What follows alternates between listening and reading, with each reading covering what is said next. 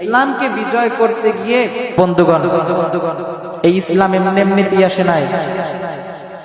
এই ইসলামকে কায়েম করার জন্য, এই ইসলামকে বিজয় করার জন্য শত শত সাহাবীরা রক্ত দিয়েছে, শত শত সাহাবীরা শাহাদাত বরণ করেছে।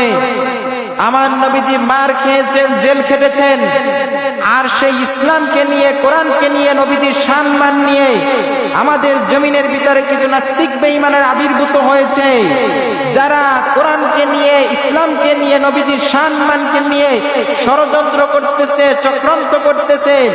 আগামীর বাংলাদেশে আলেম ওলামা যতক্ষণ পর্যন্ত আছে, আমরা যতক্ষণ পর্যন্ত আছি, এরকম চক্রান্ত ষড়যন্ত্র ইসলামকে নিয়ে আর করতে দিব না, দিব না, দিব না। কথা বলেন ঠিক কিনা?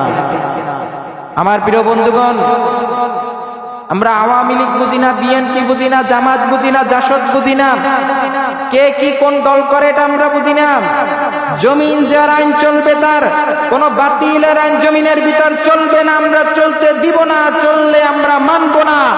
নারায়ে তাকবীর, আল্লাহু আকবার, এই স্লোগানকে বাস্তবায়ন করার জন্য, আল্লাহর কোরআনকে, দ্বীন ইসলামকে, নবীজির সম্মানকে টিকিয়ে রাখার জন্য যদি জীবন দিতে হয় জীবন দিব, যদি রক্ত দিতে হয় রক্ত দিব, তারপরও আল্লাহর কোরআন, দ্বীন, আমার নবীজির সম্মানকে দুনিয়ার ভিতরে টিকিয়ে রাখবো। কথা বলেন ঠিক কিনা?